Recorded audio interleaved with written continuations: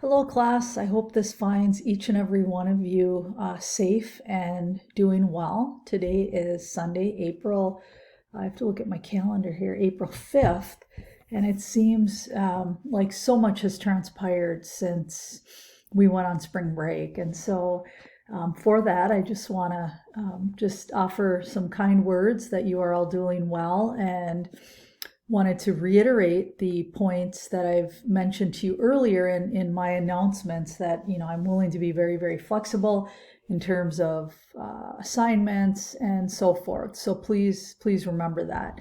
I'm just going to do a quick walkthrough of lesson 7, which actually covers Easter break. And as noted here, happy Easter to those of you who celebrate this holiday.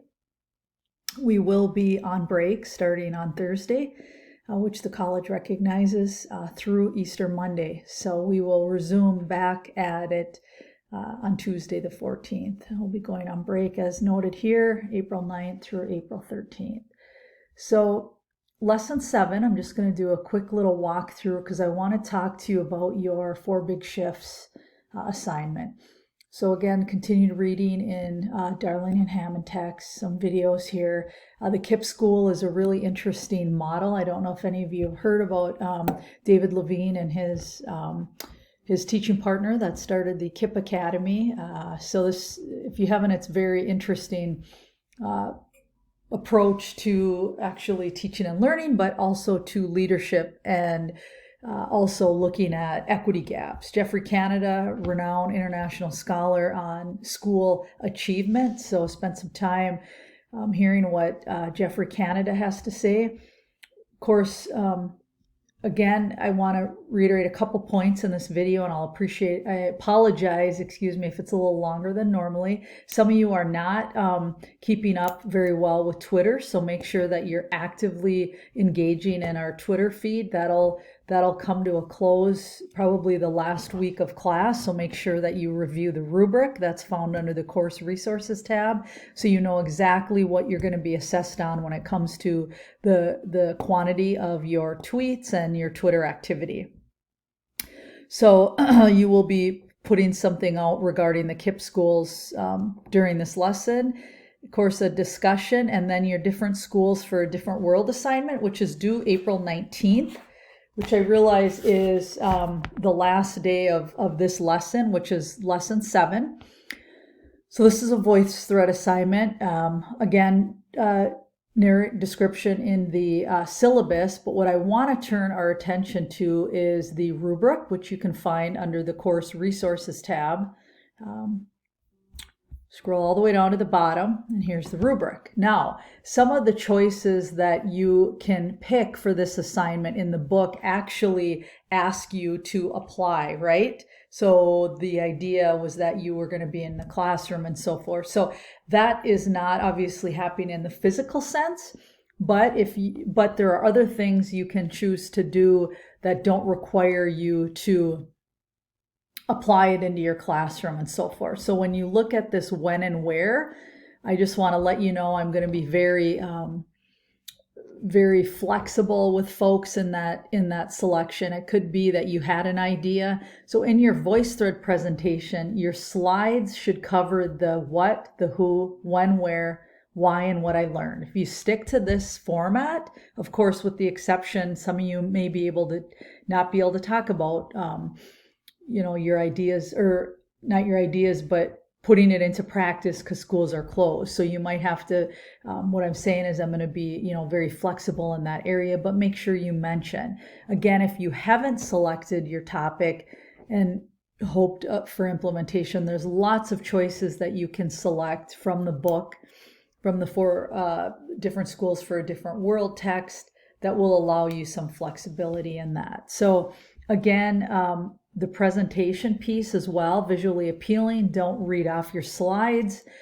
Make sure that you are, citing your information. And so depending on whether you're doing direct quotes or you're just giving credit to a variety of information that you're sharing, there's different ways to do that. So make sure you're double checking your APA book as well for that. And then, of course, include a reference slide at the very end. So I just wanted, do the best you can with this assignment, knowing that I am receiving it with a lot of understanding that there's been a lot of variability. Things are just, not just your worlds, your students' worlds, but your faculty's worlds have been completely turned upside down as well. So be mindful of that. And I say that to you as you, continue to work with your faculty, not just this semester, but also starting in your summer courses, because I have a sense that this is not something that's going to be ending anytime soon. So our worlds too have been turned upside down.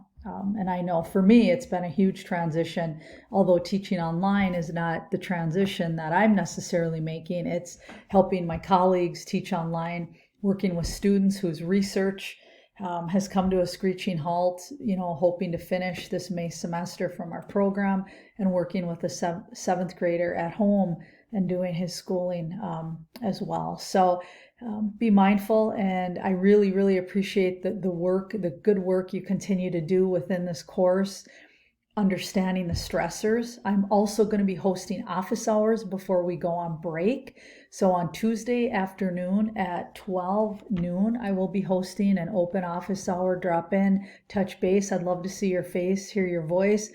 I was hoping to plan, I wasn't thinking of our Easter break coming so quickly, and was going to do a Zoom session for us Thursday evening, but given the college recognition and that being Monday, Thursday of the Christian holiday of Holy Week, I wanted to refrain from doing that. But I will be posting a couple options for office hours this week. So hopefully you can stop in and see me. If you need to meet with me independently, I'm happy to have a phone chat with you or even a Zoom meeting.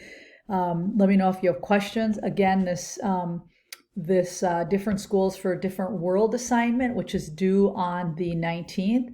I'm open to flexibility in that due date. You can look at some of the choices. If you haven't already done so, you might be able to accomplish some of the things with your students, for example, remotely. And not every choice is asking you to do something in your classroom, but you could, there's lots of options for you to look at. So I also wanted to point a reference here for our calendar. Today again is April 5th, but I wanted to make note that the Twitter reflection write-up is due in your lesson 8, which is the final lesson of this course, and that is here on May 3rd for that due date. But again, I'm open to sort of our colleagues and I in School of Education were talking the other day, and it's important that we think about ourselves as rubber bands, that we're able to flex when needed. And so I really, really want to reiterate that to each of you, that's an important aspect that us faculty are coming into, that we're very happy to do. So again, lesson 7 is open, turning our attention to what Darlene Hammond defines and as competent teaching. So be thinking about all the ways in which your teaching, especially if you're in the K-12 classroom, has been stretched in the last several weeks. So with that, I wish you a very happy Sunday and rest of your weekend. If you're in Duluth, it's a beautiful robin eggs blue sky, and the sun is shining. So enjoy what you can of your Sunday, and all the best to you. Stay well, stay home, and take good care.